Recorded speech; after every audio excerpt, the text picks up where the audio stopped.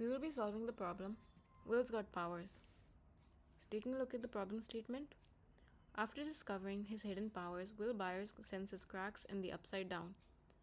The gang learns that Vecna's next attack can be predicted by rare numbers called valid keys. Numbers with exactly 3 divisors. Derek asks, how many of these numbers exist up to each code?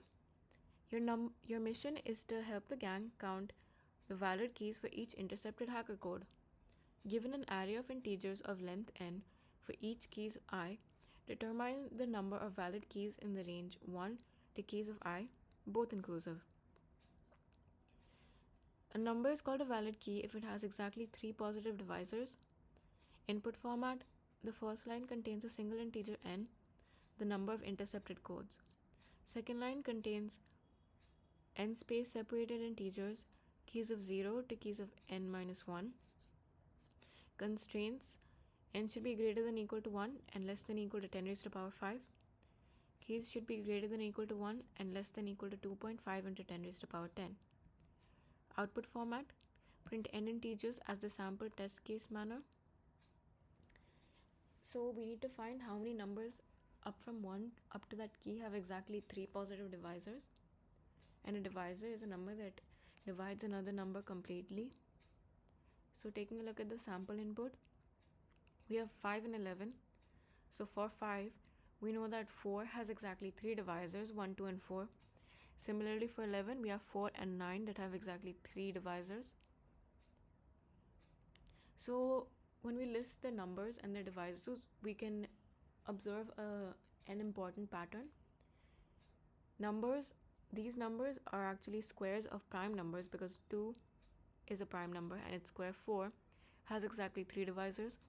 Similarly for 9, 3 is a prime number and its square 9 has exactly 3 divisors.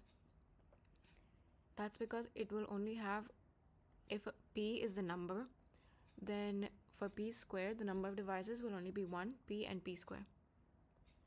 Now since the keys can be very large, up to 2.5 into 10 raised to the power 13, checking divisors for every number is not feasible. So instead we generate all the prime numbers up to the square root of the maximum key, square them, and then store these values. Then for each key we can count how many of these prime squares are less than or equal to the key by using binary search. Moving on to the code. This function generates primes, helps generate the prime numbers up to a given limit, and the limit is chosen as the square root of the maximum key because the primes larger than this cannot form valid squares. Then we create a Boolean array where each index represents a number, and initially we assume that all numbers are prime and all the values are set to be true. Then we mark 0 and 1 as not prime because prime numbers are defined as numbers greater than 1. Then we iterate from 2 up to the square root of the limit. Any composite number must have at least one factor less than or equal to its square root. Then checking if I is prime. If it's still true, that means that I has not been marked as composite, so it is a prime number.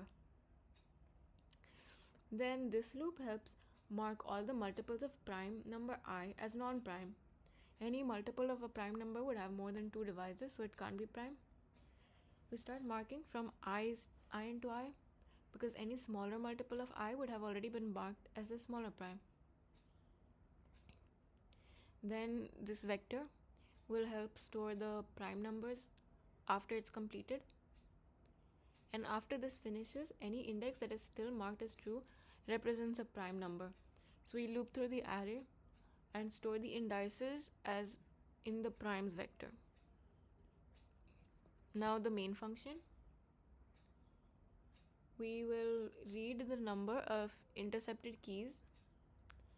Then we store all the keys in a vector of type long because the values can be very large. Then we find the maximum key to know how far we need to generate the primes.